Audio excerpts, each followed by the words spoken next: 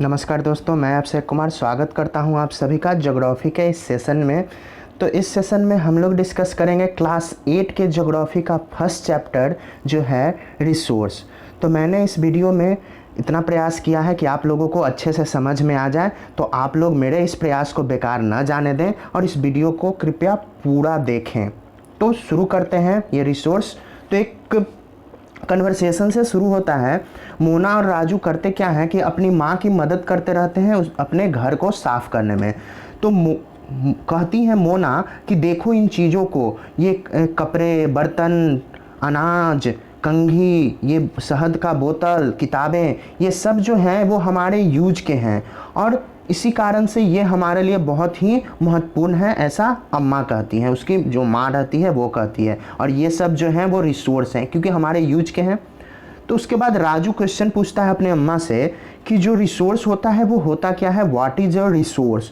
तो उसकी माँ बताती हैं कि anything that can be use to satisfy a need is a resource. उसकी अम्मा जवाब देती हैं, यानी कि कोई भी चीज़ जो कि हमारी ज़रूरतों को पूरा करे उसी को हम क्या कहते हैं, तो उसी को रिसोर्स कहते हैं।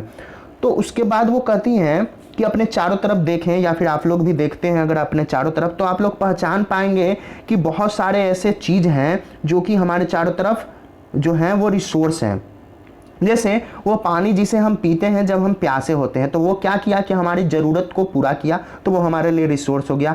जो इलेक्ट्रिसिटी जो हम अपने घरों में यूज करते हैं वो भी रिसोर्स है।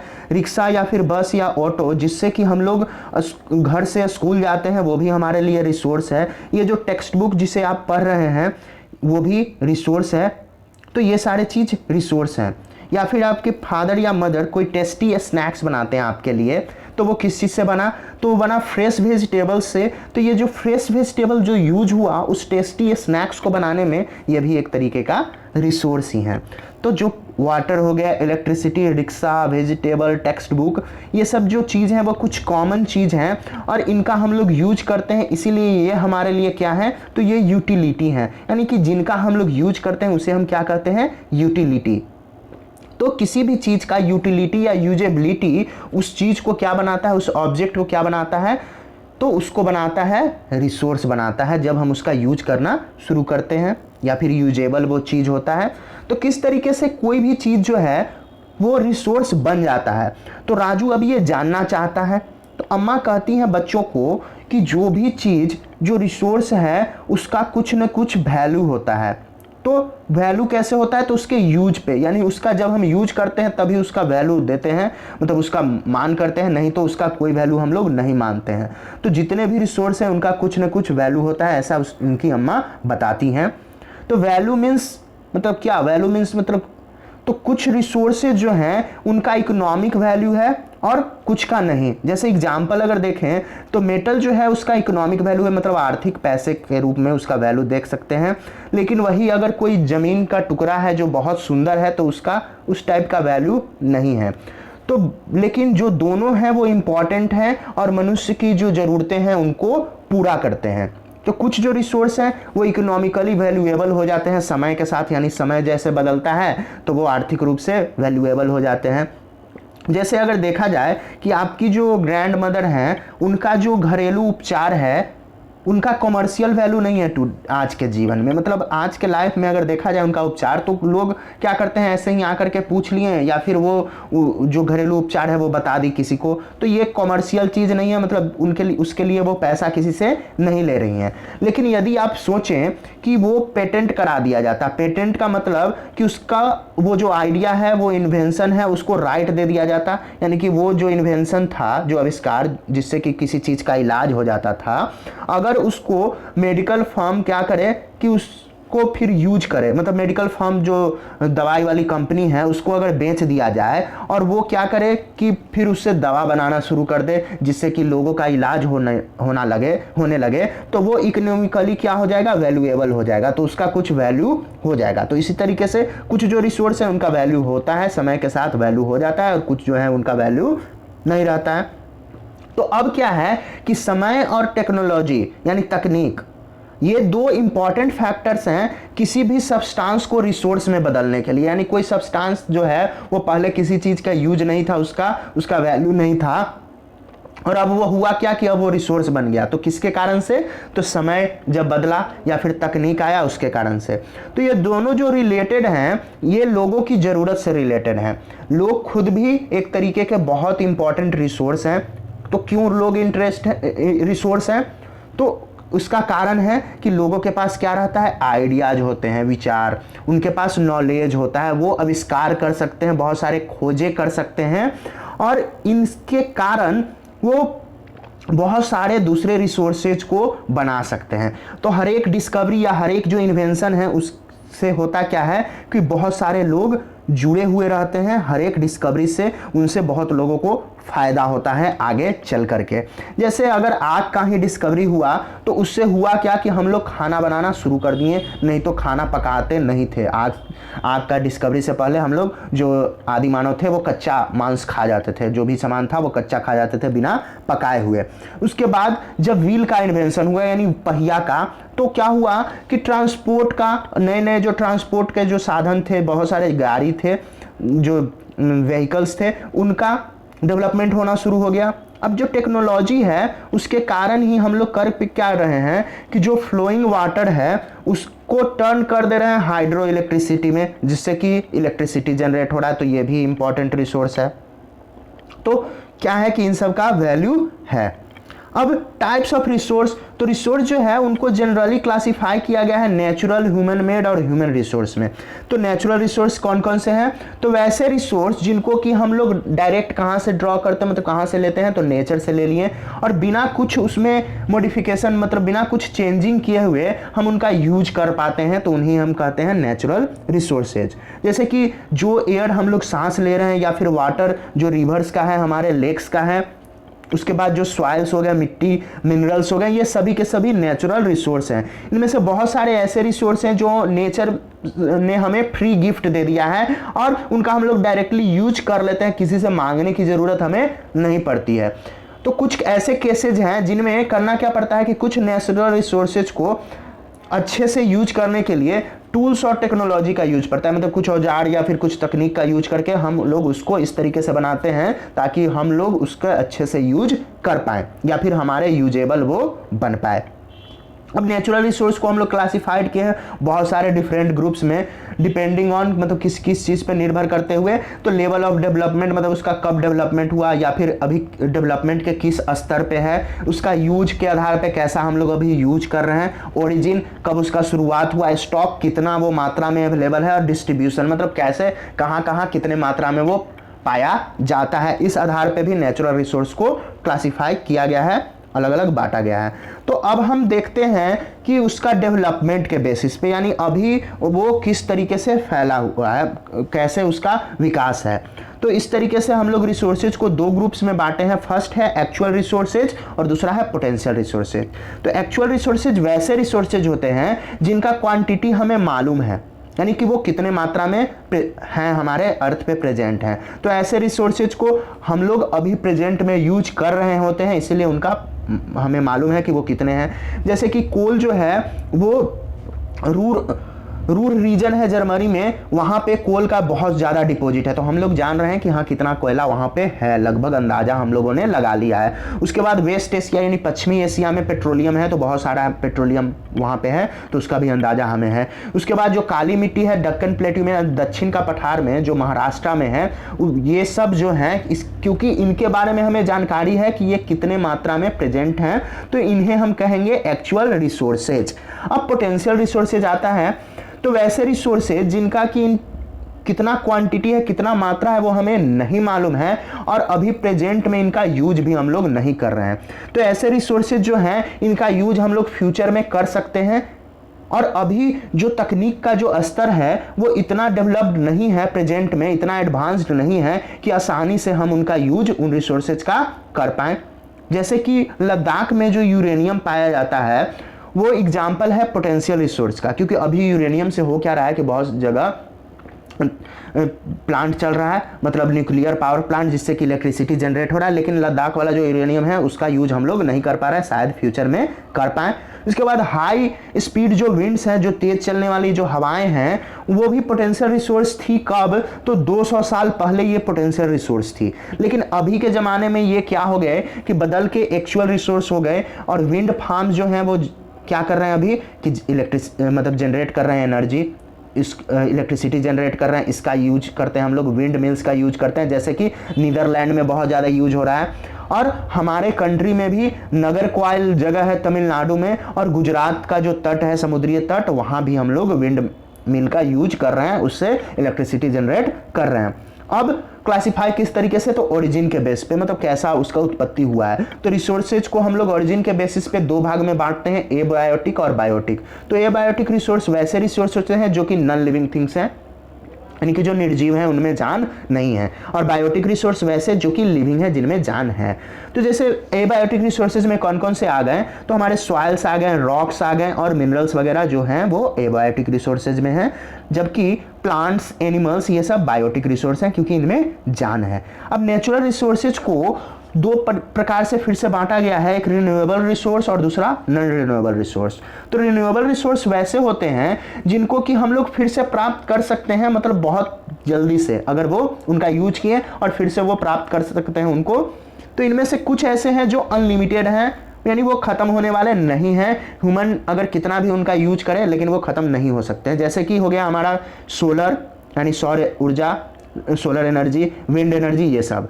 लेकिन बहुत सारे ऐसे रिन्यूएबल रिसोर्स हैं कि उनका अगर हम लोग केयरलेस, यानी कि बिना ध्यान दिए हुए यूज करें तो वो खत्म हो सकते हैं। जैसे वाटर हो गया, सॉइल हो गया, फॉरेस्ट हो गया, इनका स्टॉक जो है वो इफेक्ट कर सकता है। तो वाटर जो है ऐसे देखने में तो हमें लगता है कि अनलिमिटेड है, मतलब वो खत्म होने वाला नहीं है, लेकिन अभी बहुत जगह पानी की कमी हो रही है। बहुत सारे नेचुरल वाटर्स जो सोर्स हैं वो सूखते जा रहे हैं, बहुत सारी नदियां भी सूख गई हैं, और ये संसार के बहुत सारे भागों में बहुत ही बड़ी समस्या उत्पन्न हो गई है। यानी रिन्यूएबल रिसोर्स का भी केयरफुली यूज हमें करना चाहिए। अब आया नॉन रिन्यूएबल रिसोर्स।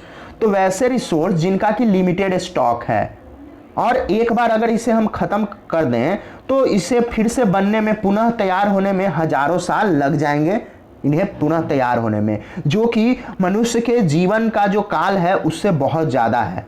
यानी कि मनुष्य का जीवन का काल अगर देखा जाए तो मैक्सिमम 100 ईयर्स, और ये उससे भी बहुत ज़्यादा है। तो इसलिए इन्हें हम नॉन रिन्यूएबल रिसोर्स कहते हैं। इनके एग्जाम्पल्स हैं हमारे कोयला, पेट्रोलियम और प्राकृतिक गैस, नेचुरल गैस। अब डिस्ट्रीब्यूशन को हम लोग, रिसोर्स के डिस्ट्रीब्यूशन को किस बेसिस पे करते हैं? तो यूबिक्यूटस और लोकलाइज्ड। तो वैसे रिसोर्स जो सभी जगह पाए जाते हैं, जैसे कि एयर हो गया जिसे हम सांस लेते हैं, ये यूबिक्यूअस रिसोर्स हैं। लेकिन वैसे जो कि कुछ खास जगह पे ही होते हैं, सब जगह नहीं पाए जाते हैं, कुछ लोकलाइज्ड जगह पे होते हैं, कुछ लोकल जगह पे, जैसे कि कॉपर हो गया, आयरन ओर हो गया, ये सब जो है वो लोकलाइज्ड हैं। अब नेचुरल रिसोर्सेज का जो डिस्ट्रीब्यूशन है, जो बंटवारा है, वो बहुत सारे फिजिकल फैक्टर्स पे डिपेंड करता है। जैसे टेरेन, यानी कि वहाँ का जो मिट्टी है वो किस तरीके का है, समतल है, पहाड़ है, पठार है, नदियाँ हैं, पहाड़ है, मतलब समुद्र है, क्या है वहाँ पे। उसके बाद क्लाइमेट, वहाँ का मौसम कैसा है, एल्टीट्यूड, कितना ऊंचाई है। तो ये जो डिस्ट्रीब्यूशन है नेचुरल रिसोर्सेज का, यानी कहाँ वो कितने पाए जाते हैं, ये अनइक्वल है, मतलब सब जगह बराबर नहीं पाए जाते, क्योंकि बहुत सारे फैक्टर्स हैं अर्थ पे, वो बिल्कुल अलग अलग हैं। यानी कहीं कोई कौन सा फैक्टर है, कहीं कौन सा फैक्टर है। अब ह्यूमन मेड रिसोर्स, वैसे रिसोर्स जिसे कि मनुष्यों ने बनाया है। तो कभी कभी होता क्या है कि नेचुरल रिसोर्स जो हैं वो रिसोर्स तो होते हैं, लेकिन कब? जब हम उनको चेंज कर दें, मतलब ओरिजिनली हम उनका यूज नहीं कर सकते हैं। जैसे आयरन ओर हुआ, यानी लौह अयस्क हुआ, वो रिसोर्स तब तक नहीं है जब तक कि हम उससे आयरन ना निकाल लें। मतलब आयरन ओर से जब हम आयरन निकाल लेंगे तभी वो हमारे लिए रिसोर्स होगा। अब लोग क्या करते हैं कि बहुत सारे नेचुरल रिसोर्स का यूज करते हैं अपने घर बनाने में, पुल बनाने में, सड़कें बनाने में, मशीन बनाने में, व्हीकल्स जो गाड़ी वगैरह हो गए उनको बनाने में। तो इन सब को हम कहेंगे ह्यूमन मेड रिसोर्स, यानी मनुष्यों द्वारा बनाया गया ये स्रोत हैं। अब ये ह्यूमन मेड रिसोर्स जो है वो किससे बनता है? तो और टेक्नोलॉजी जो तकनीक है उसे भी ह्यूमन ने ही बनाया है। तो इसलिए लोग जो हैं वो एक नेचुरल रिसोर्स हैं, मतलब नेचुरल रिसोर्स का यूज करते हैं। हम लोगों के जैसे लोग नेचुरल रिसोर्स का यूज करते हैं और इनको बनाते हैं ह्यूमन मेड रिसोर्सेज। तो मीना अपना सिर हिलाते हुए कहती है कि हाँ, तो ह्यूमन भी हैं, वो क्या करते हैं कि नेचुरल रिसोर्सेज को बनाते हैं, इसलिए ये भी रिसोर्स हो गए। और राजू भी हाँ कहता है। तो अब ह्यूमन रिसोर्स को जानना है, तो लोग जो हैं वो कर क्या सकते हैं कि नेचर का बेस्ट यूज करके और अधिक से अधिक रिसोर्स को बना सकते हैं। तो नेचर का बेस्ट यूज वो किस तरीके से करेंगे, तो अपने नॉलेज के आधार पे, अपने स्किल यानी कि उनके अंदर क्या गुण है उसके आधार पे, और जो तकनीक है उसके आधार पे वो लोग उसका अधिक से अधिक यूज कर सकते हैं और अच्छे तरीके से। तो इसी कारण से ह्यूमन बीइंग जो है उन्हें भी स्पेशल रिसोर्स कहा गया, यानी मानव भी एक खास रिसोर्स हैं। तो पीपल आर ह्यूमन रिसोर्सेज। अब इन रिसोर्सेज को हम लोग कैसे बनाते हैं, तो एजुकेशन और हेल्प की मदद से, यानी शिक्षा और स्वास्थ्य की मदद से इन रिसोर्स को हम लोग वैल्यूएबल बनाते हैं। और पीपल का जो स्किल है, लोगों का जो गुण है, उसके क्वालिटी को इम्प्रूव करते हैं ताकि हमारा जो रिसोर्स है उसे हम लोग और अधिक से अधिक बनाने में सक्षम हो। और इसी को कहते हैं, यानी वैसा प्रोसेस जिसमें कि ह्यूमन स्किल के क्वालिटी को इम्प्रूव किया जाए, उसी को कहते हैं ह्यूमन रिसोर्स डेवलपमेंट। जैसे यहाँ पे फिगर से देख सकते हैं कि सूखा के कारण हुआ क्या कि पूरा जो फसल था वो बर्बाद हो गया। तो क्या इसका सॉल्यूशन हो सकता है, तो ये जो है वो कृषि वैज्ञानिक होंगे शायद, तो इन्होंने उसका सॉल्यूशन निकाल लिया। तो सभी जो लोग हैं वो थैंक्स कह रहे हैं उनको, क्यों, तो उनका नॉलेज और एजुकेशन और स्किल जो है उनके लिए वो सॉल्यूशन प्रोवाइड कराया। अब किस तरीके से जो रिसोर्स है उनको हम लोग कंजर्व करेंगे, तो मोना जो है उसको रात में एक सपना आया, मतलब डरावना सपना। उसने सपने में देखा क्या कि अर्थ का जितना भी पानी है वो सूख चुका है और सभी जो पेड़ हैं वो काटे जा चुके हैं, वहाँ कोई भी छाया नहीं है, खाने के लिए भी कुछ नहीं है, पीने के लिए भी कुछ नहीं है। लोग जो है वो इधर उधर भटक रहे हैं क्योंकि उनके पास ना ही भोजन है और ना ही छाया है। तो वो अपनी माँ से कहती है इस सपने के बारे में और पूछती है कि अम्मा क्या ये वास्तव में हो सकता है। तो उसकी माँ का जवाब देती है कि हाँ, यदि हम लोग सावधानी पूर्वक अपने रिन्यूएबल रिसोर्सेज को यूज ना करें तो ऐसा डरावना स्थिति आ सकता है और नॉन रिन्यूएबल रिसोर्स तो डेफिनेटली ख़त्म हो ही जाएगा। तो राजू पूछता है कि इसके लिए हम लोग क्या कर सकते हैं, तो उसकी माँ कहती है कि बहुत सारी चीज़ें हम इसके लिए कर सकते हैं। तो रिसोर्सेज का हम लोगों को क्या करना है कि केयरफुली यूज करना है, उनको समय देना है कि वो फिर से रिन्यू हो जाए, फिर से वो बन पाए। तो इसी को हम कहते हैं, इस प्रोसेस को, रिसोर्स कंजर्वेशन। और जो यूज है रिसोर्सेज का, जो हमारी ज़रूरत है उनको बैलेंस से यूज करें, उनको कंजर्व करें, संरक्षित करें अपने फ्यूचर के लिए। तो इस प्रोसेस को हम लोग कहते हैं सस्टेनेबल डेवलपमेंट। तो बहुत सारे तरीके हैं जिस तरीके से हम लोग अपने रिसोर्स को कंजर्व करके रख सकते हैं। हर एक जो इंसान है वो इसमें सहयोग दे सकता है। किस तरीके से, तो वो अपना जो उपयोग है उसको कम से कम करे, मतलब जितना यूज हो उतना ही उसका यूज करे। उसको रिसाइकल करे, मतलब फिर से को इस टाइप से बनाए कि उसका यूज हो पाए और उसको दोबारा यूज करे अगर वो रीयूजेबल हो तो अल्टीमेटली हम लोग कर क्या सकते हैं कि सभी लोग मिल करके, क्योंकि सब लोग जुड़े हुए हैं, तो सभी लोग मिल करके सभी लोगों के जीवन के स्तर को सुधार सकते हैं इन रिसोर्सेज का कंजर्वेशन करके। तो उस शाम सभी बच्चे और उनके जो फ्रेंड्स थे वो मिलकर के क्या करते हैं, तो पैकेट्स बनाते हैं, शॉपिंग बैग्स बनाते हैं, पुराने न्यूज़पेपर से जो बेकार कपड़े रहते हैं उनसे बनाते हैं, बास्केट्स बनाते हैं, बम्बू स्टिक से बहुत सारे बास्केट्स, टोकरी बनाते हैं। और जो फैमिली को वो लोग जानते हैं, मोना कहती है कि जिन फैमिली को हम लोग जानते हैं उनमें से कुछ को ये देंगे। तो उसके बाद मुस्तफ़ा कहता है कि हाँ, ये जो हम लोग कार्य कर रहे हैं वो बहुत अच्छा है, इससे हमारे जो रिसोर्स हैं वो बचेंगे और हमारा जो अर्थ है वो जिंदा रहेगा। अब जेसी कहती है कि मैं जा रही हूँ ये देखने कि पेपर का वेस्ट अब ना हो, उसका केयरफुली यूज किया जाए, क्योंकि बहुत सारे पेड़ काटे जाते हैं केवल पेपर बनाने के लिए, वो एक्सप्लेन करती है। उसके बाद मुस्तफ़ा चिल्लाता है कि अब मैं ये देखूंगा कि जो बिजली है वो मेरे घर में बर्बाद ना हो, क्योंकि इलेक्ट्रिसिटी जो है वो वाटर और कोल से आता है। तो अब हम लोग सब लोग मिलकर के ये श्योर करेंगे कि कभी भी पानी जो है वो हमारे घरों में बर्बाद ना हो, ऐसा आशा करती है, क्योंकि हर एक जो पानी का हर एक बूंद जो है वो बहुत ही कीमती है और हम सब लोग मिल करके ये बदलाव ला सकते हैं, सभी बच्चे बोलते हैं। तो कुछ जो चीज़ें हैं वो क्या करते हैं, तो मोना, राजू और उनके फ्रेंड्स मिलकर के कुछ चीज़ें करते हैं। अब आप इनमें से क्या करोगे, किस तरीके से आप अपने रिसोर्सेज को कंजर्व करने के लिए उनकी मदद करोगे। तो फ्यूचर जो है हमारे प्लैनेट का यानी हमारे अर्थ का, वो जुड़ा हुआ है यहाँ के लोगों से और उनके एबिलिटी से कि किस तरीके से वो हमारे रिसोर्स को प्रिजर्व करके रखते हैं, कंजर्व करते हैं, किस तरीके से उनको मेंटेन करते हैं, ताकि हमारा जो नेचर जो प्रोवाइड कराता है लाइफ सपोर्ट सिस्टम, वो हमारे अर्थ पे बना रहे, बचा रहे। इसलिए हमारा कुछ कर्तव्य है कि हम लोग उन कर्तव्यों का पालन करें। तो हम में से सभी जो हैं वो रिन्यूएबल रिसोर्सेज का सस्टेनेबल यूज करें, यानी कि केयरफुली यूज करें, जितना जरूरी हो उतना ही करें। और इस अर्थ पे जो डाइवर्सिटी ऑफ लाइफ है, यानी कि अलग अलग प्रकार का जो जीवन है, अलग अलग प्रकार के पेड़ पौधे हैं, जो बहुत सारे जीव हैं, वो भी संरक्षित रह पाएं और हमारे नेचुरल इन्वायरमेंट का जो सिस्टम है उसको जो डैमेज है वो किस तरीके से कम किया जाए, उस हिसाब से हमें प्रयास करना है। तो यहाँ आपका जो फर्स्ट चैप्टर है रिसोर्स ज्योग्राफी का वो समाप्त होता है। धन्यवाद।